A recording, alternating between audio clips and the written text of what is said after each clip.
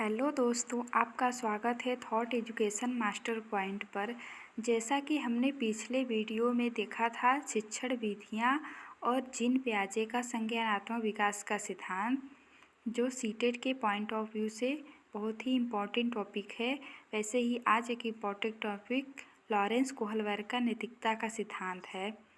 Lawrence Kohlberg America के एक मनोवैज्ञानिक थे जिन्होंने नैतिकता का सिद्धांत या नैतिक विकास का सिद्धांत दिया।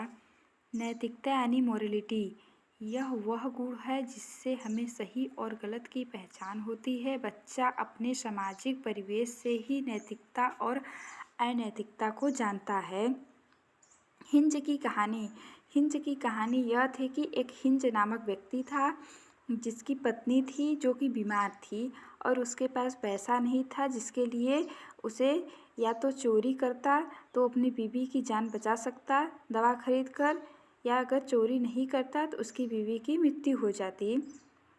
तो यही कहानी है हिंज की। आगे हम लोग देखेंगे नैतिक दुविधा जो है मोरल डिलेमा जिसे इंग्लिश में कहते हैं।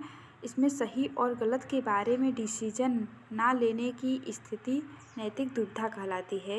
एग्जाम्पल जैसे हिंज अगर चोरी करेगा तो पुलिस पकड़ लेगी और नहीं करेगा तो उसकी पत्नी यानी बीवी मर जाएगी। नैतिक तर्कड़ा मोरल रीजनिंग, सही और गलत के बारे में डिसीजन लेने में शामिल प्रक्रिया को नैतिक तर्कड़ा कहते हैं। सही और गलत में से किसी एक को चुनना, जैसे हिंज ने चोरी को चुना। कोहलबर्ग के सिद्धांत की आलोचना, इनके सिद्धांत की कुछ आलोचना भी है। इनके सिद्धांत की आलोचना जो है कैरोल गिलिगन ने की थी, जो कि एक लड़की थी। उन्होंने तर्क दिया कि कोहलबर्ग ने अपने एक्सपेरिमेंट में महिलाओं को कम प्राथमिकता दी थी। उन्होंने तर्क दिया कि पुरुष की नैतिकता का आधार न्याय यानी जस्टिस है, जबकि स्त्रियों की नैतिकता का आधार देखभाल यानी केयर है। मेल एंड फीमेल की मोरल रीजनिंग में कल्चर के डिफरेंस को इम्पॉर्टेंट नहीं दी, यही उनकी कमियां थीं। कोहलबर्ग के नैतिकता के 3 लेवल बताए हैं। पहला है प्राक रूढ़िगत नैतिकता का स्तर यानी प्री कन्वेंशनल स्टेज, जो कि 4 से 10 वर्ष का है। इस अवस्था में नैतिकता शून्य होती है, यानी बच्चों को सही गलत के बारे में पता नहीं होता। इस अवस्था में नैतिकता तर्कड़ा दूसरे लोगों के मानकों के अनुसार होती है। दूसरा स्टेज है प्री कन्वेंशनल स्टेज को 2 भागों में बताया है। 2 स्टेज हैं इसके भी। पहला है दंड एवं आज्ञा पालन, उन्मुक्ता, पनिशमेंट एंड ओबीडियंट। इससे बच्चे की नैतिकता सजा और आज्ञा पालन पर आधारित होती है। जब हिंज ने चोरी की तो बच्चों ने सोचा कि अगर वह चोरी करेगा तो उसे सजा मिलेगी। और दूसरा स्टेज है साधनात्मक सापेक्षता तथा उन्मुक्ता, या जिसे यांत्रिक सापेक्ष नैतिकता कहते हैं, या इंग्लिश में इंस्ट्रूमेंटल रिलेटिविटी इंडिविजुअलिज्म कहते हैं। इस अवस्था को जैसे को तैसे भी कहा जाता है, क्योंकि इसमें जैसा व्यवहार कोई उसके साथ करेगा वैसा ही वह खुद भी करेगा। जैसे एक बच्चे ने दूसरे बच्चे की पेंसिल तोड़ी तो दूसरे बच्चे ने भी उसका पेन तोड़ दिया, इसी को कहते हैं जैसे को तैसा। और दूसरा स्टेज इन्होंने दिया रूढ़िगत नैतिकता का स्तर यानी कन्वेंशनल स्टेज, जो कि 10 से 13 वर्ष तक था। इस अवस्था में बच्चा दूसरे लोगों के मानकों को अपने अंदर समावेशित कर लेता है तथा उसी के अकॉर्डिंग सही या गलत का निर्णय करता है। इस अवस्था को भी 2 भागों में बांटा है।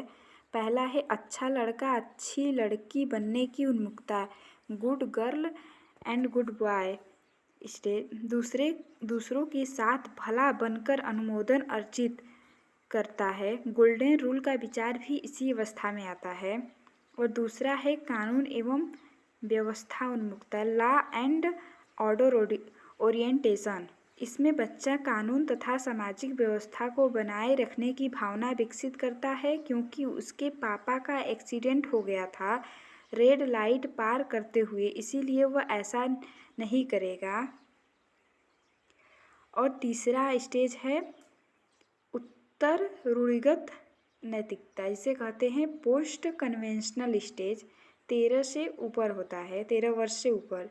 इसमें डिसीजन खुद से लिए जाते हैं, ना कि समाज के जरिए कि क्या सही है और क्या गलत है। इसको भी दो भागों में बांटा है। पहला है सामाजिक अनुबंधन उन्मुखता, सोशल कंट्रैक्ट ओरिएंटेशन। इसमें किशोर यह मानते हैं कि नियम लोगों की भले के लिए है। अगर किसी नियम से किसी का नुकसान होता है तो ऐसे नियमों को तोड़ देना चाहिए। अगर रेड लाइट तोड़कर उसके पापा की जान बच सकती है तो उसे तोड़ दो। और दूसरा है सार्वभौमिक नैतिक सिद्धांत उन्मुखता, यूनिवर्सल इथिकल प्रिंसिपल ओरिएंटेशन। इसमें किशोर दूसरों के विचारों से नहीं बल्कि अपने खुद के मानकों के अनुसार व्यवहार करता है। इसमें किशोर दूसरों के फायदा के लिए अपनी जान पर भी खेल जाते हैं। कोहलबर्ग ने जो है 10 से 16 वर्ष के लड़कों की बात की है, न कि लड़की की। Thank you guys. इसी प्रकार अन्य वीडियो पाने के लिए सीटेट से संबंधित हमारे चैनल को सब्सक्राइब, लाइक एंड शेयर करें।